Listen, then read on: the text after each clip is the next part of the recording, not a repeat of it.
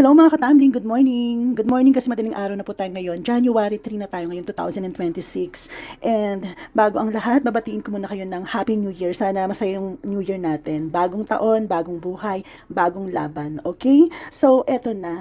This is it. So, pag nakita nyo na itong container na to, alam nyo na yung ibig sabihin. Magbibigay na naman ako ng update about sa Ipon Challenge natin for the month of December 2025. Pero time check muna tayo. Ayan. So, it's 12:52 a.m. January 3. Ayan.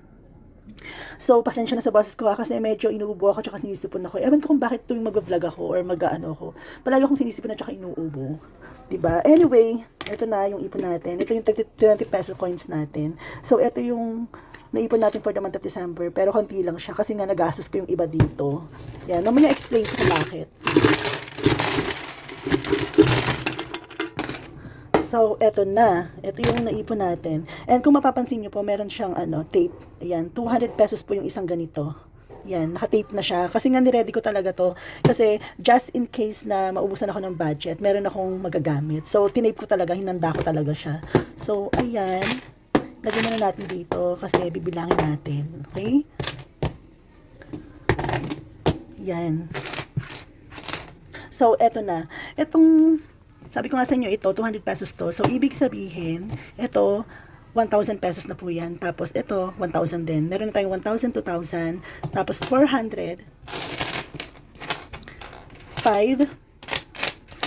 6. 7.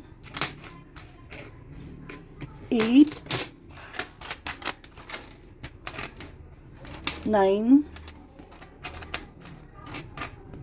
10, 40 pesos, okay? So, meron tayong 1,000, 2,000, 3,000, 40 pesos. So, ito yung naipon natin for the month of December.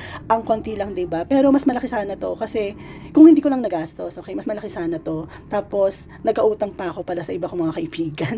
Kay Desiree, shoutout nga pala kay Desiree, kay Melinda, tsaka kay Mama Joy. Shoutout sa inyo. Thank you kasi pinautang nyo ako. Kay Desiree, nagkaroon ako ng utang sa kanya ng 5,000 pesos. Pero nabayaran ko na yon. Siguro after 4 days or 5 days yata, nagbayad na ako nun. Tapos, si Melinda naman, nangutang ako sa kanya ng 7,000 pesos and babayaran ko pa lang siya sa January 11. Si Mama Joy naman umutang ako ng 2,000 pesos pero hindi ko pa siya mababayaran kasi sabi ko sa kanya wag niyo muna akong singilin. Okay lang naman sa kanya. So ayun, yung tatlong to, just ko thank you sa inyong tatlo kasi walang sabi-sabi talaga, no explanation, walang question, talagang pinautang talaga ako. Isang click lang talaga. So ayun, thank you sa inyong tatlo.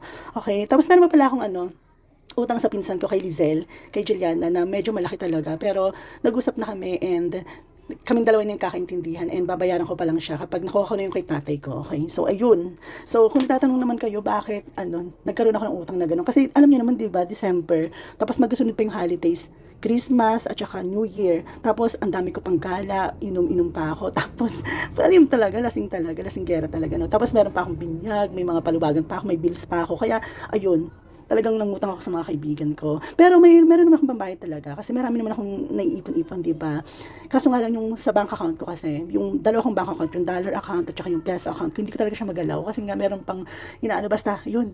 Tapos isa pa sa mga pinagkagastos ko ng malaki talaga yung mga documents na kailangan kong ipasa sa attorney namin. Diyos ko, yun, talagang sobra talaga yung gastos doon. Pero may pambayad naman ako dito sa bahay. Ito mga ipon ko, katulad yun. Di ba meron akong 50 pesos na ipon? 50 pesos everyday, tapos 100 pesos everyday. Tapos ito rin, ito mga coins na to, ito yung mga sukli-sukli, yung mga coins sa bulsa, sa bag ko, sa wallet ko, ditong bagsak. Ito pwede ko ng pambayad dyan, kaso nga hindi ko nang binuksan.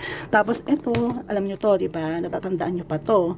Ito pwede ko ng pambayad to, kaso nga lang, hindi ko ginamit kasi ang hirap i-let go. Ang hirap i-let go ng mga to.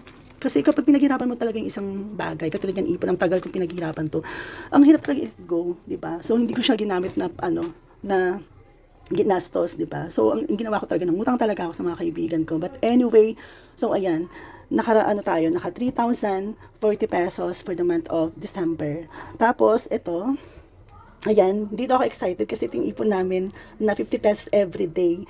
Ito yung gagamitin naming budget para sa bakasyon namin this year sa summer. So, ayan, nakikita nyo, Harold, Laika, RK, and Tupi. Sila po yung apat na sangre. Charot!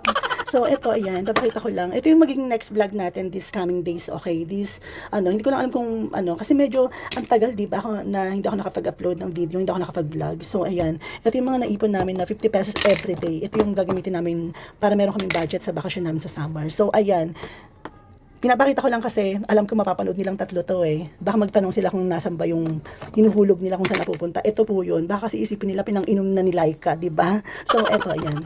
Yun yung mga naipon namin. Tag 50 pesos everyday. Yan. So, ito yung magiging next ano natin, content natin sa next vlog natin. So, ayun lang guys. Ayan, naka 3,040 pesos tayo for the month of December 2025. And ngayon, 2026, mag-iipon pa rin tayo. And sa lahat ng mga nanonood, sa ito lang yung masasabi ko sa inyo at paulit-ulit kong sasabihin ng walang sawa, mag-ipon tayo, okay? So, ayun lang and ayoko na ng mahabang video, kaya tatapusin ko na dito. Bye!